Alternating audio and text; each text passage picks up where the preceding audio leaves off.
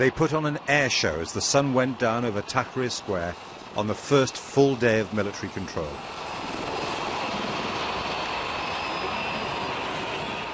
It was a celebration of a takeover that went so smoothly that some Egyptians believe the generals must have started working on the details not long after the ousted president took office a year ago.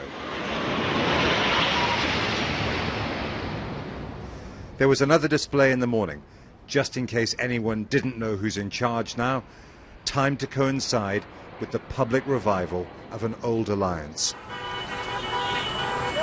The security forces ringed Cairo's constitutional court for the swearing-in of the new interim president. Adly Mansour was picked to be interim president by the generals, presumably because he will be cooperative. The court was the Muslim Brotherhood's most obstructive enemy. Last year, as a judge, Mr. Mansour scrapped a law that stopped former members of the Mubarak regime standing in elections. Seizing power and putting an ally into the presidency might be the easy bits for the Egyptian army. They have, if anything, an even worse inheritance than the one that made President Morsi's job so hard. Egyptians are impatient for better lives. The top priorities are keeping the peace and the economy. The generals and the new president need to come up with results quickly. Political honeymoons here are short. Many Egyptians who support democracy will not call what's happened a military coup, even though soldiers took power from an elected president. And they include Egypt's most internationally prominent opposition leader, Mohammed al-Baradei. I'm pretty confident that they know that they have been called by the people, to avert a civil war. It's a painful measure. Nobody wanted that.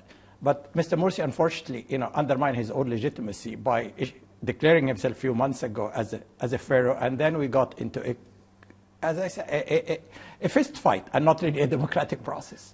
Isn't the whole point of democracy that if you want to change, you wait till the next election, you don't go to the street? But you have to put troops in the street if you want to avoid what's happening in Somalia. You have, as I said... Was that a real risk here? Of course. Across Cairo, dozens of top Muslim brothers have been detained. 36 of them, including the former president, have been given travel bans. A spokesman still at liberty kept his language conciliatory. We acknowledge that we have mistakes. Our country was broken. You know the story of the economy under Mubarak's regime. Everybody knows the story. Do you think that 1 year is enough to repair everything, to heal all the ones?